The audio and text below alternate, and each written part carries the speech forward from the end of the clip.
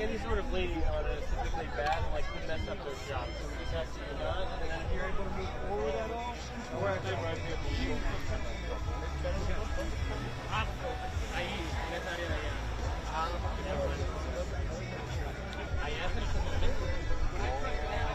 Ella deja mi camioneta y me viene.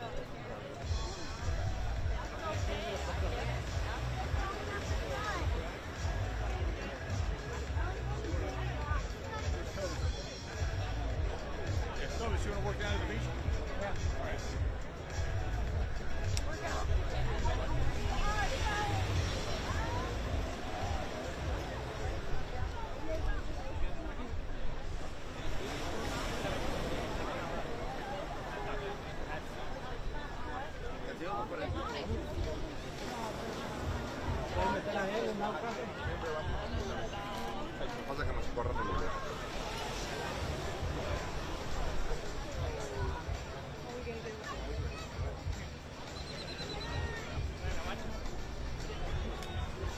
Hay un lugar bien cómodo.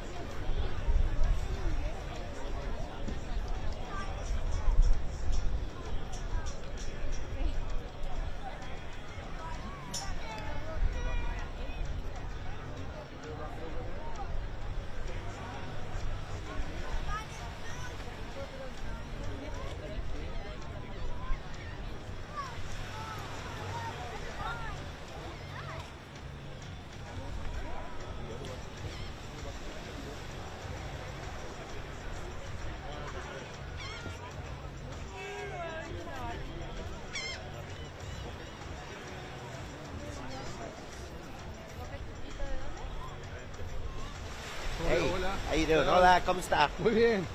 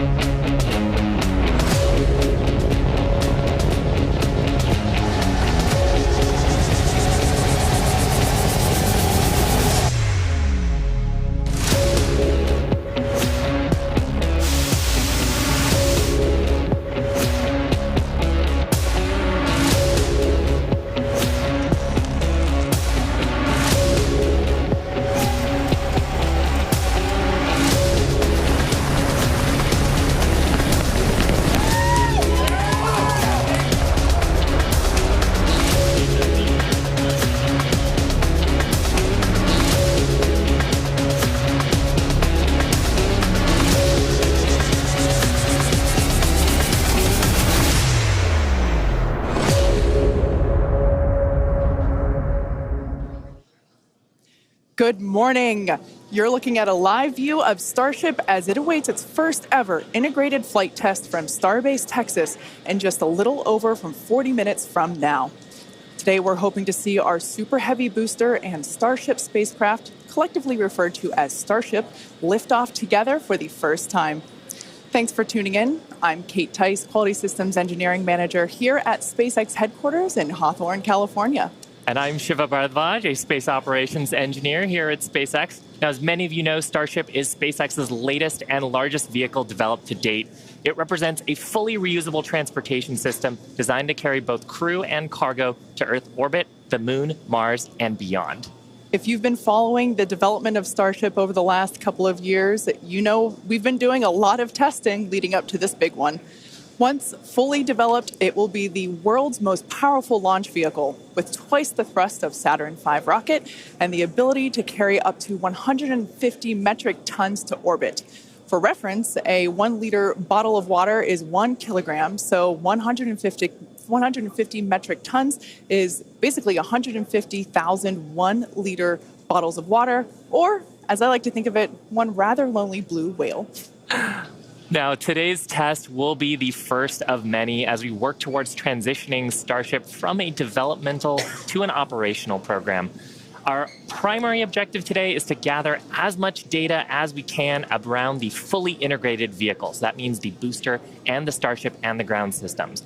While we have flown Starship in the past, this will be the first attempt of Super Heavy and the first opportunity to validate how the two vehicles operate together.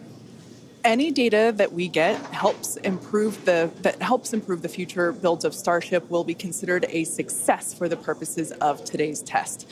Every milestone beyond that is icing on the cake. The further we fly, the more data we can collect. If all goes well, today's flight test could last as long as 90 minutes from liftoff to an expected hard ocean landing for Starship. Whether we end the test with a hard landing or a rapid unscheduled disassembly, or some combination of both, excitement is pretty much guaranteed.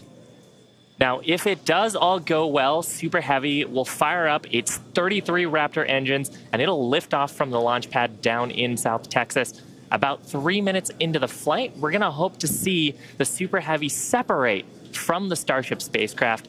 It'll then perform a flip maneuver. So there's that. You can see that on your screen. And then it'll boost back in order to make a hard landing in the Gulf of Mexico. And while that's happening, we hope to see Starship's 6 second stage engines ignite and watch as Starship coasts for about an hour at altitudes ranging between 150 and 250 kilometers before re-entering Earth's atmosphere and make its own hard landing in the Pacific Ocean about 250-ish kilometers offshore. Now, we are getting great camera views right now, but that's because we are on the launch pad, so we've got umbilicals and connections straight to the vehicle. But we aren't expecting to get very many good views once we get past booster separation. Yeah, we do promise, though, for any views that we do get, we will share them in real time. We are watching live with you all, so we're excited to see those views ourselves as well. Now, in a little bit, we are going to take a closer look at the vehicle and the launch pad. But first, today is a super exciting day. Everyone on the teams across Starship have been preparing, doing a number of tests and dress rehearsals for today's launch attempt. Yeah, that's exactly right. In fact, we saw a nice little recap of those tests in the intro video to today's webcast. For those of you that are following along, you know that many of those tests ended in those rapid unscheduled disassemblies, or RUDs as we like to call them. And it's been a long road to today. Just in 2022 alone, we had 9 static fires. We've had a couple of wet dress rehearsals. And of course, the launch control team has done numerous simulations as well. So major shout out to the teams that have been preparing for today's full up integrated test. In fact, we've got a shot of Star Command at the South Texas launch control team. Look at all the people ready for today's launch attempt. Yeah, that right there is our South Texas Launch Control Center. That is basically ground zero for everything that is happening today, in addition to a couple other control rooms that we have operating as well with operators on console, including the Mission Control Center here behind us here in Hawthorne, California. But with that being said, our very own Zachary Lupin is one of our SpaceX employees at our watch event in South Padre Island. Hey, Zach, how are things going on the ground? It is a great day for a test launch today, Kate. Hello, everyone. My name is Zachary Lupin, and I'm an avionics reliability engineer here at SpaceX, and I'm at the Cameron County Amphitheater, where a growing number of SpaceX employees are gathering to watch what we hope is the first liftoff of a fully integrated Starship. Now, the Starship team has worked incredibly hard for today's launch test. Over the past weekend, teams held a launch readiness review, which included a comprehensive review of all of our vehicle systems, looking at avionics, GNC, communications, software, structures, as well as our Raptor engines and propulsion in general. Now, we are only about 5 miles away from the launch pad, so it's a pretty good view for today. And as we get into as we start to approach T-0, everyone here is clearly very excited for the events that are happening today. So as we get closer to T-0, I'm going to throw it back to Hawthorne to talk more about our rocket. Awesome. Thanks so much, Zach. And we've actually got a little bit of a crowd forming behind us, too.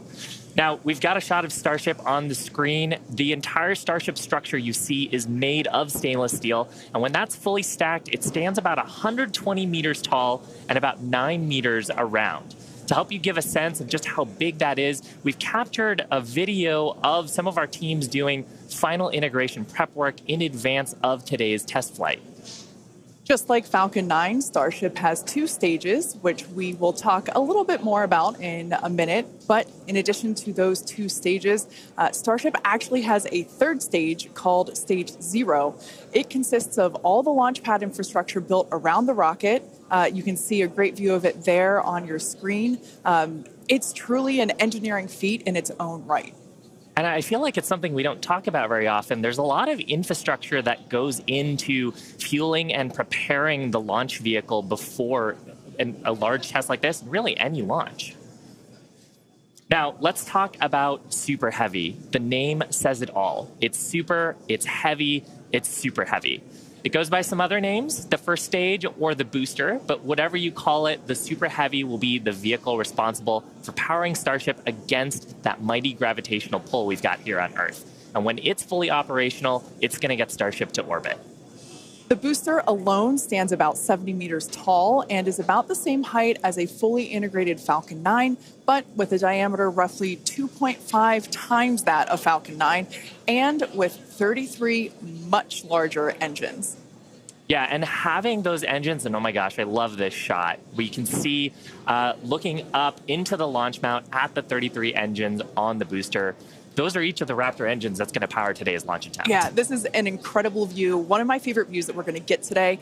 We don't have this kind of view on our Falcon 9 launches, so this is so exciting to see. You can even make out the paint markers indicating which engine is which. Like we said, there are 33 of them.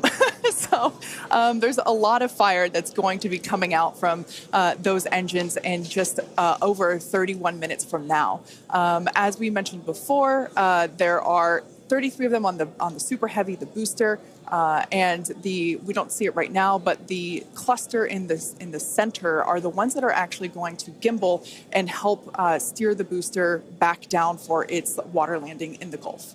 Yeah, and they're a little bit different, Kate, than our Falcon engines. So on Falcon, we use a gas generator cycle. Here's a fantastic shot, actually, at the inner stage, so we can see the 6 engines that are on the ship side, 3 gimbaling in the middle, and then the vacuum engines, you can see 2 of them, and the other ones on the other side of the cluster in the middle here. So Raptor's a little bit different. It uses something called stage combustion, which means we basically pre-burn both the fuel side and the ox side, and then get those up to the right temperatures and pressures, and then mix them in the combustion chamber. It allows us to get higher thrust and higher efficiency on these engines than on Falcon 9. Now, Super Heavy also has 4 grid fins to assist with orienting itself during the return back to Earth, as today is the fully integrated flight test, and the first one, we're focusing on safely testing just the fundamental systems and operations on the vehicle. So what that means is we won't be attempting to land on land today. Instead, Super Heavy is going to be making that hard water landing in the Gulf. Starship, or the spacecraft, is the 2nd stage and makes up the top portion of the vehicle.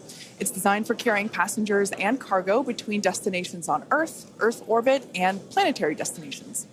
It stands 50 meters tall, a little taller than the Statue of Liberty. It's comprised of 6 Raptors. We saw those just moments ago. 3 of them are optimized for sea level, and the other 3 are vacuum engines, and they're optimized to operate in the vacuum of space. They provide a maximum of 258,000 tons of thrust in vacuum. The spacecraft is also outfitted with 4 flaps to help aerodynamically control the vehicle's attitude during atmospheric flight and enable precise landing at the intended location. You can see a view of those flaps there. Now you can see the entire stack is vertical, and that's because Starship is designed for vertical takeoff and landing, as opposed to taking off and landing like an airplane. And that's really important because we don't have runways on the Moon and Mars. Fortunately, gravity at both of those destinations is not nearly as high as it is here on Earth. On Mars, it's about a third of what Earth's gravity is, and on the Moon, the gravity is just a sixth of what it is here. So Starship can take off in both of those cases without needing the super heavy booster like we need here on Earth.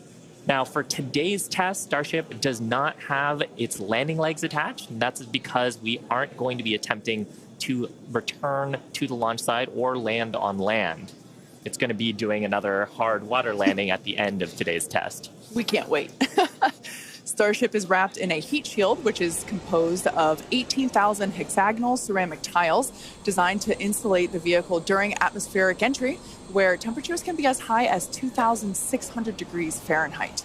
The hex-shaped tiles, like these ones that we have here, roughly make up about 2/3 of the vehicle.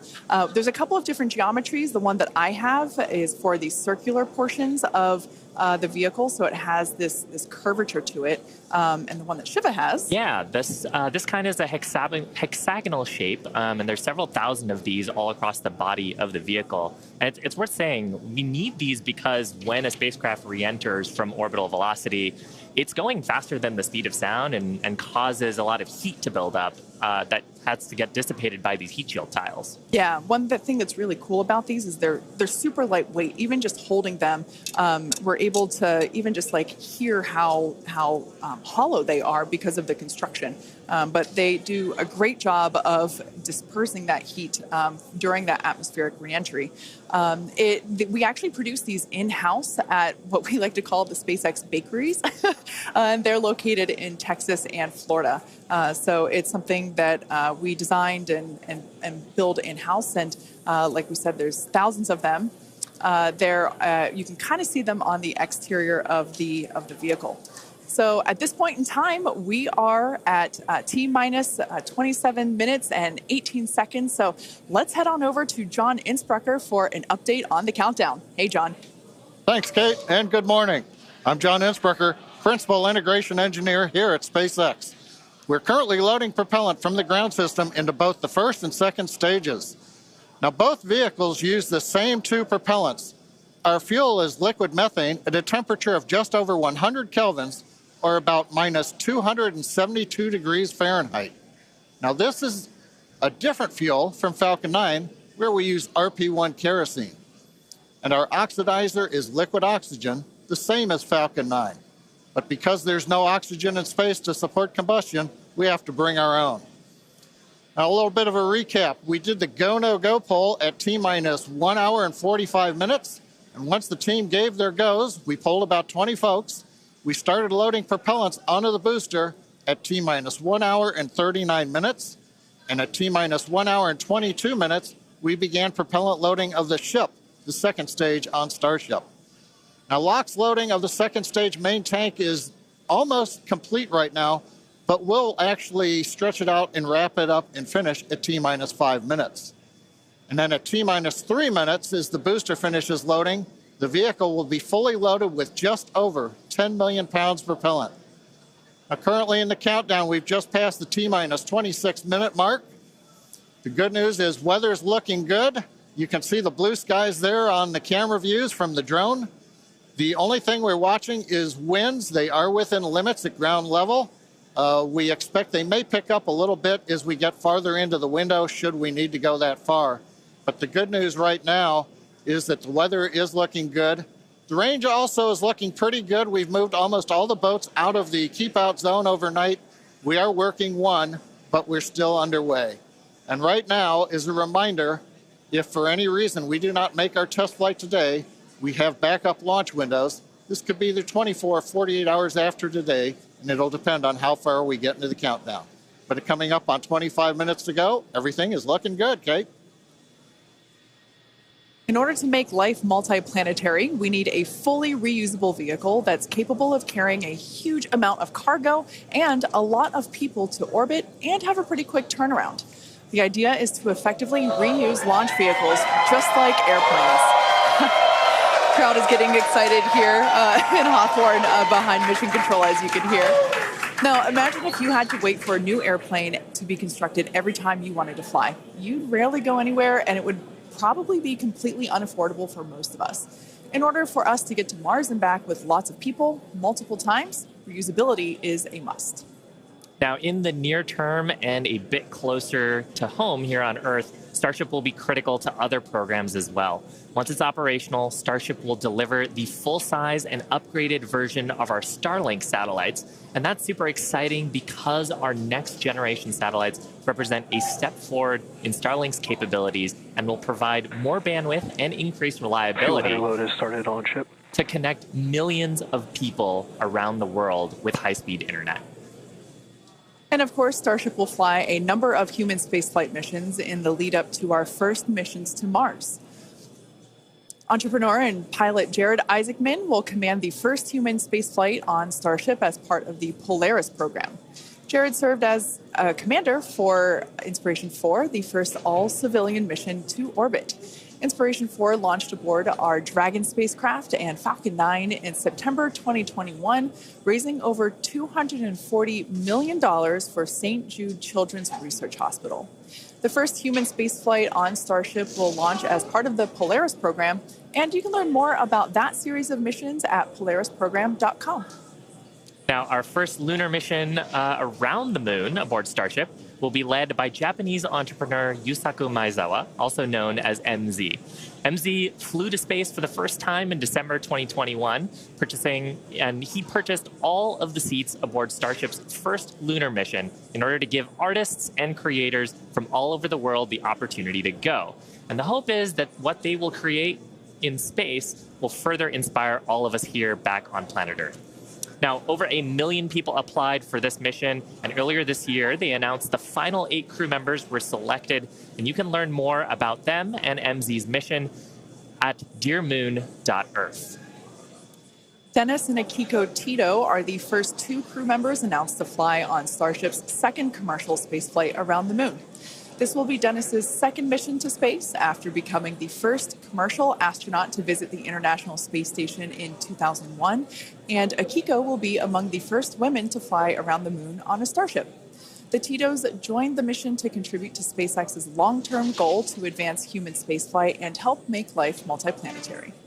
SpaceX is also incredibly honored to be part of NASA's Artemis program to establish a sustainable presence on the moon to prepare for missions to Mars. Starship's early test launches, followed by those regular Starlink deployment missions and propellant transfer demonstrations, are directly advancing NASA's Artemis program, along with SpaceX's ongoing mission to make life multiplanetary. SpaceX will conduct an uncrewed demonstration mission to the moon prior to the Artemis 3 mission, which will mark humanity's first return to the lunar surface in more than 50 years.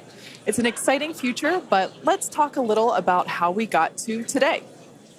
Now, Starship testing ramped up in July of 2019 with the Star Hopper prototype. It's sort of a short version of the Starship that we see today. There's a picture of it on your screen, the lovable water tower. Now, standing at just over 18 meters tall, the Star Hopper had a single engine. Starship's initial flight test was a hop that reached about 20 meters in altitude. This was followed by a second hop, the one that we've got on our screen, that rose to 150 meters in altitude.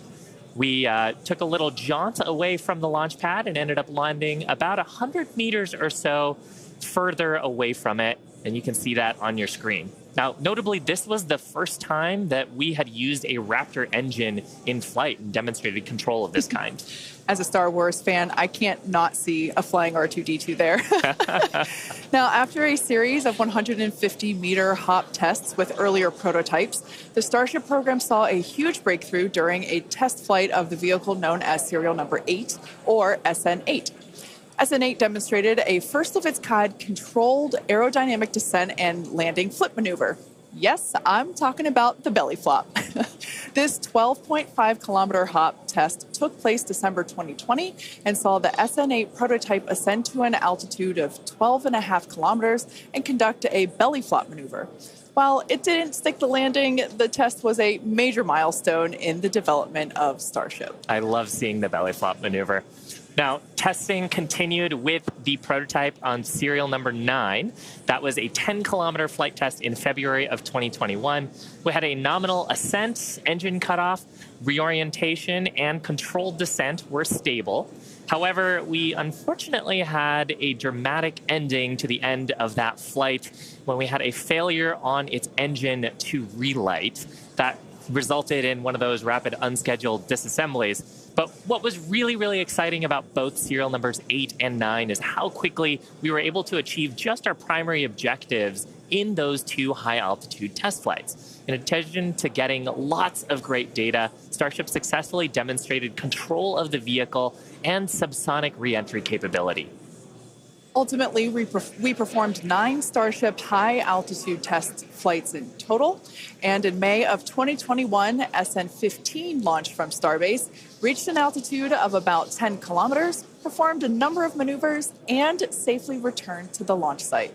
This was the first Starship prototype to fly, control its descent, safely land, and to be recovered in one piece.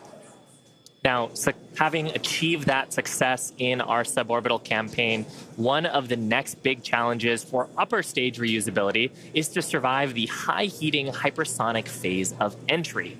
Combined with the ability to refill our Starship's tank with fuel and oxygen while on orbit is what will enable a fully reusable transportation system that's designed to carry both crew and cargo on these long-duration interplanetary flights, and that's ultimately what will help humanity return to the moon and travel to Mars and beyond in our solar system.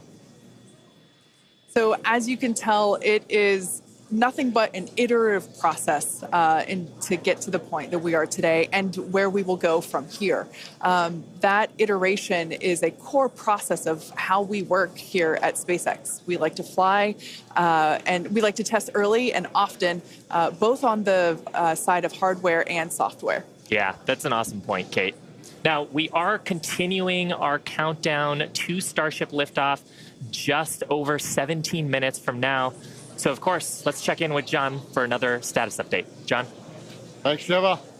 Clock is coming up on T-minus 17 minutes from liftoff. We're continuing to click towards 0. However, right now, we've just begun listening in. The first stage team is working a pressurization issue. They're troubleshooting that right now.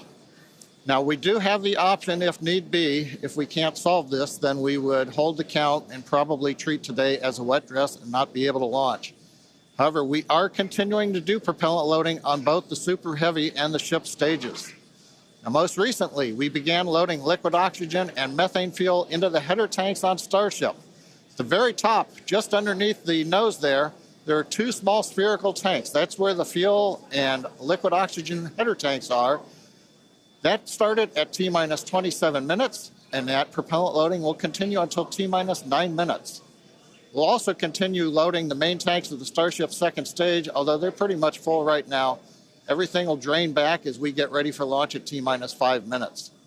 Now, on the first stage, we're continuing to load the massive amount of propellant onto the Super Heavy booster.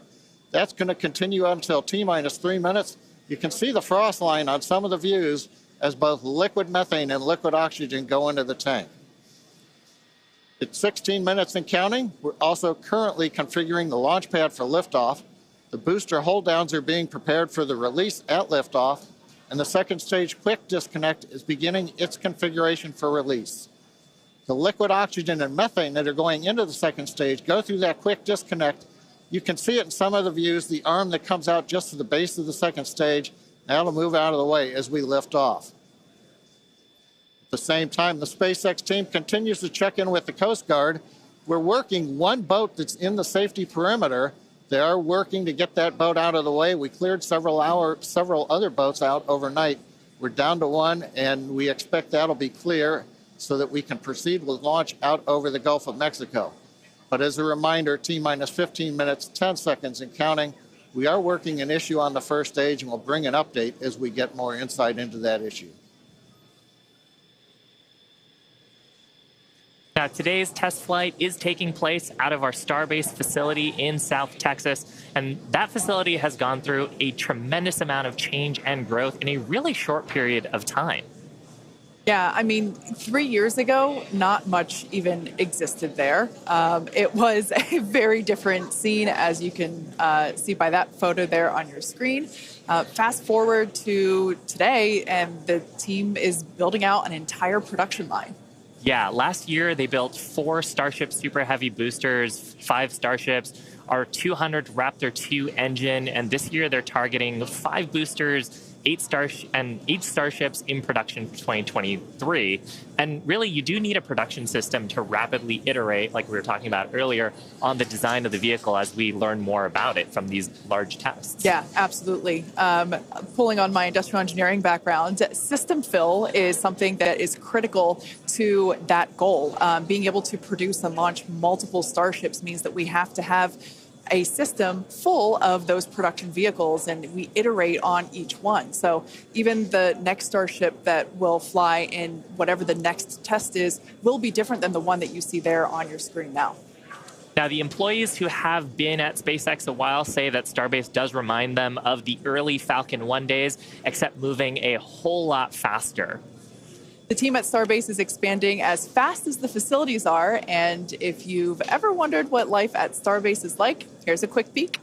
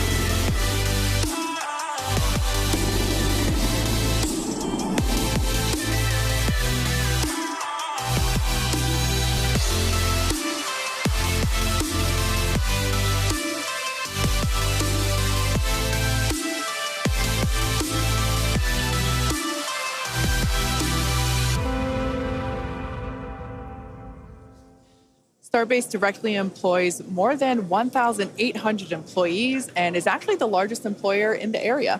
Yeah, and from that video, you can really tell, like, it's a beautiful location. It's close to the ocean. There's tons of wildlife. And that's because being close to the equator is actually a fantastic way to get to orbit. Yeah, I love that we have so many employee events that allow us to participate with ocean cleanup and other environmental efforts there. We'd also like to thank Cameron County for being so supportive for all of our work in that area. Now, in addition to Starbase, we'll soon be adding another Texas location to the SpaceX family. We're opening a new facility in Bastrop, Texas, just outside of Austin, to support Starlink hardware production.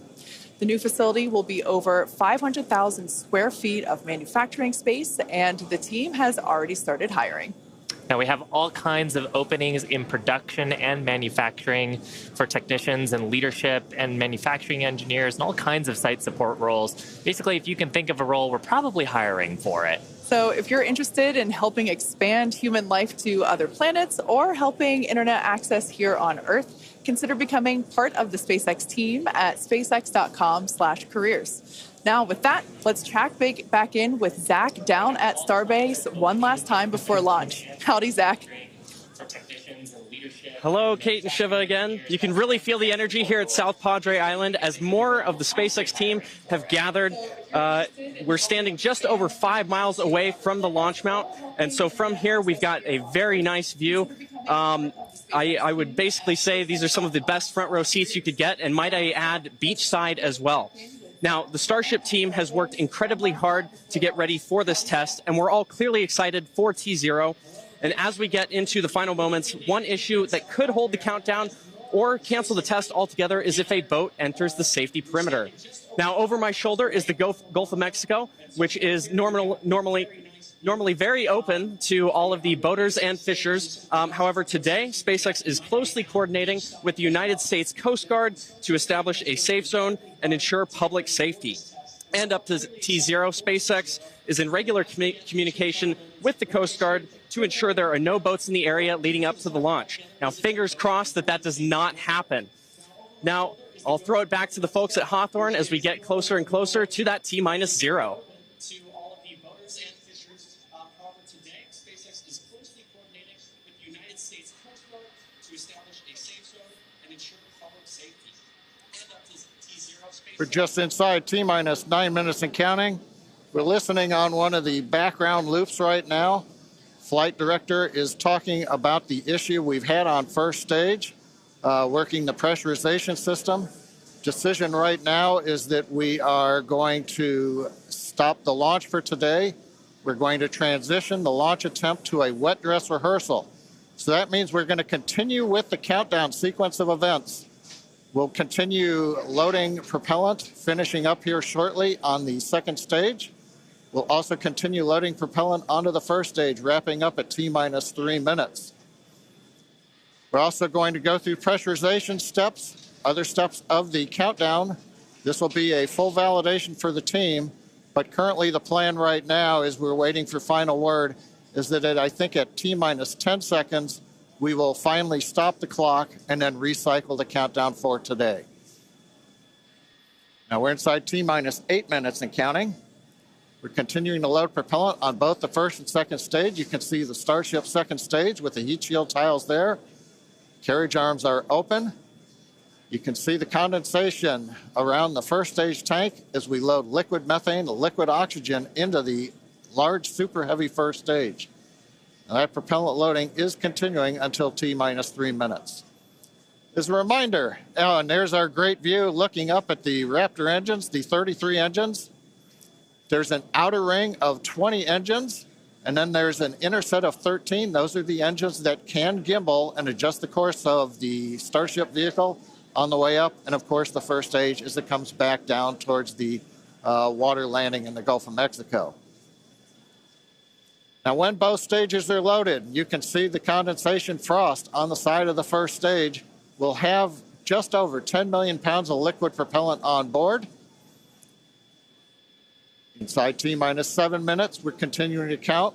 Team is preparing for the hold and scrub at T-10 seconds. Now, the good news is everything's been going good. We're just working that one issue. So we are continuing to count. Team will get this as an excellent opportunity to run the end-to-end of the system. Now, in a launch, in the next few minutes, the guidance system would be performing its final alignment. We will be doing that this morning. The automated flight termination system would be armed. We won't need to arm it today as we won't be flying. And we'll do final thrust vector control checkouts, what we call wiggles of the Raptor engines on the first and second stages.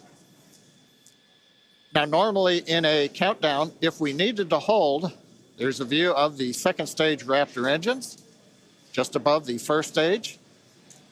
Now, as I mentioned, in a regular countdown, if we needed to hold, that would come at T-40 seconds.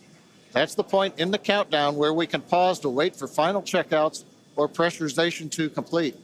Now, earlier this morning, we thought we might have to hold at 40 seconds. Everything's looking good, except for the one pressurization issue that the team is going to have to troubleshoot after this morning. So we won't stop at 40 seconds right now. We'll continue all the way down to 10 seconds, and then we'll go into a recycle.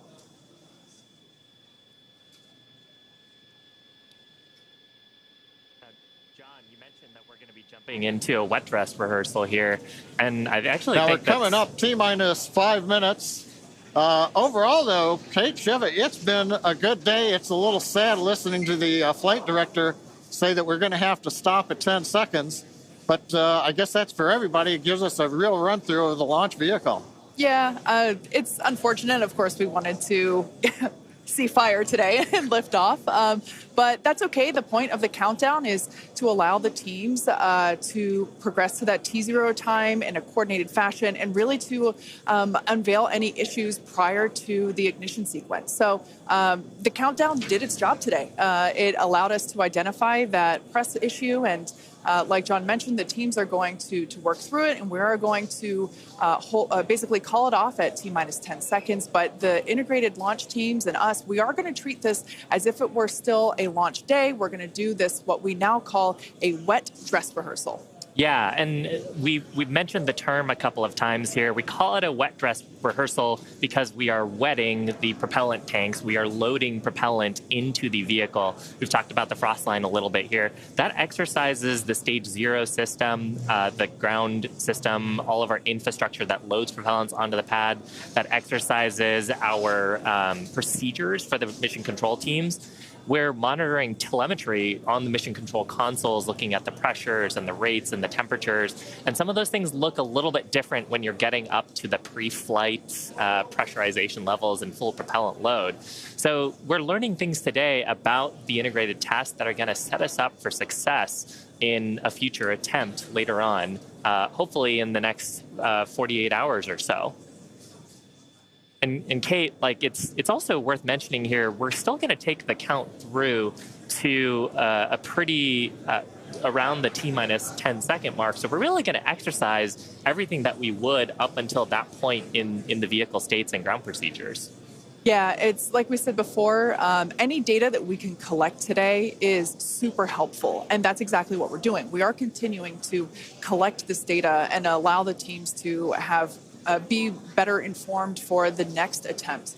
Unfortunately, due to the needing to recycle the propellant, we are looking at a minimum of 48 hours until we are able to attempt this flight test again. So we're not quite sure what that timing will be at the moment, but we're looking at a minimum of 48 minutes. Of 48 hours at this point in time. But Shiva, exactly as you said, things look a little bit different on launch day. And we allowed the countdown to do its job, to basically get to this point, to allow the teams to work through the issues. And we're going to continue, like we said before, we're going to continue all this down all the way to T-minus 10 seconds. And that will really allow the teams to pretend like this is launch day and continue and gather that data. Yeah, Kate, it's on the one hand, it's a little bittersweet. On the other hand, we watched them go all the way through. First stage propellant load, just now wrapping up. The second stage, even the header tanks up under the nose of the Starship that you can see on the monitors. Actually, that all went very well today. The weather was excellent. Everything was looking good. Sadly, we just have the one issue, but that is letting the team continue to count down. And we're going to continue with it here until we get the clock hold at T-minus 10 seconds. Yeah, so for those of you that have just joined us, we're now at T-minus 1 minute and 30 seconds to what would have been the launch of our Starship flight test. But unfortunately, due to a stage 1 issue, we are going to utilize today as a wet dress rehearsal.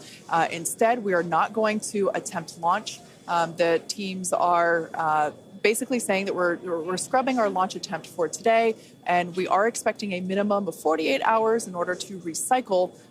So it's all good news, though. There's nothing really to be sad about other than we had hoped to be able to lift off today, but that's okay. Now, one thing to point out for folks, when we do come back, when we clear this and we fly, one of the things you'll hear in the last minute, you won't be hearing us because we'll be listening to the countdown. But at T-minus 30 seconds, that's when the flight director would give the final go for launch. Love to have heard that this morning, but something to look forward to. Absolutely. The other thing to look at is at T-minus 6 seconds, we begin lighting the engines. Up on your monitor, you can see there, T-minus 40 seconds. We did hit the 40-second hold point, and they are holding for a moment. in the end, they will release that hold. We'll go the last 30 seconds. But yes, when we do get to day of launch, the last thing to look at is in the last 6 seconds, light the Raptor engines in succession. So unlike Falcon 9, we're going to have to do that a little longer. We're hearing right now the clock is going to hold here at T-minus 40 seconds. The Super Heavy and Starship are looking good.